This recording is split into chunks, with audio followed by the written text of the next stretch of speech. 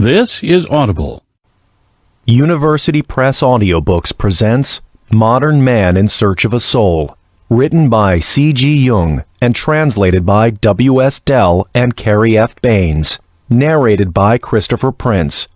This audiobook is based on a series of lectures from Carl Jung, first published in 1933. Translator's Preface.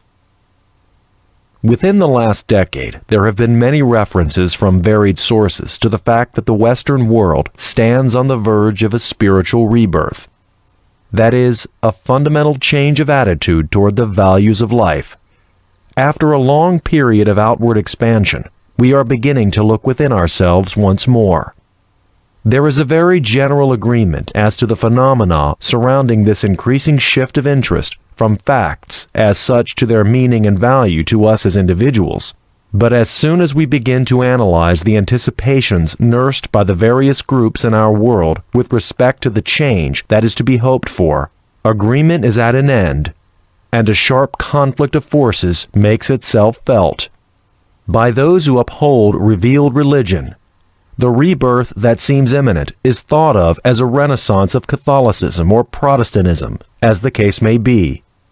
They see mankind streaming by the million back to the bosom of the Church, there to be comforted for the disillusionments and disasters of our post-war world, there to be taught the paths that will lead out of chaos.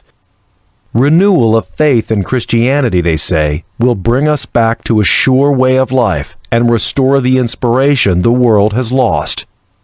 Another great group of people think that the new attitude is to be attained by the total destruction of religion, as it has up to now been understood.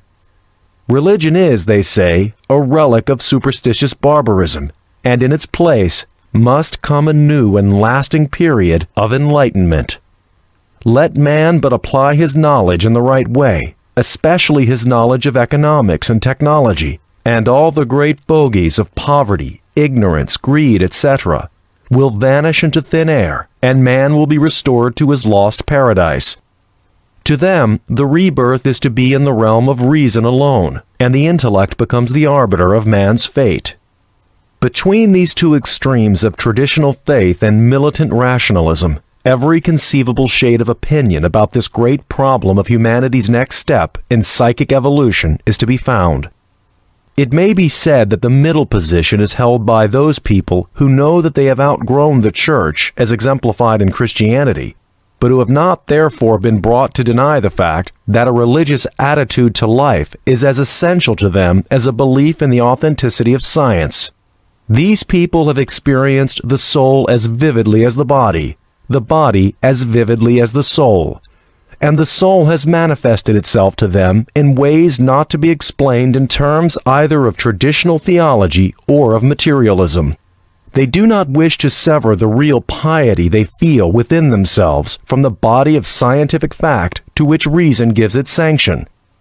They are convinced that if they can attain to more knowledge of the inner workings of their own minds, more information about the subtle but nonetheless perfectly definite laws that govern the psyche, they can achieve the new attitude that is demanded without having on the one hand to regress to what is but a thinly veiled medieval theology, or on the other to fall victims to the illusions of 19th century ideology. It is to this last group of people that Jung speaks in convincing terms.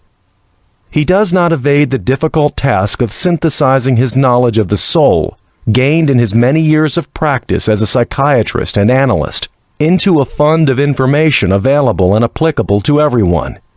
He gives those clues to the nature and functioning of the psyche for which the modern man is painfully groping. The point of view he lays before us is a challenge to the spirit, and evokes an active response in everyone who has felt within himself an urge to grow beyond his inheritance.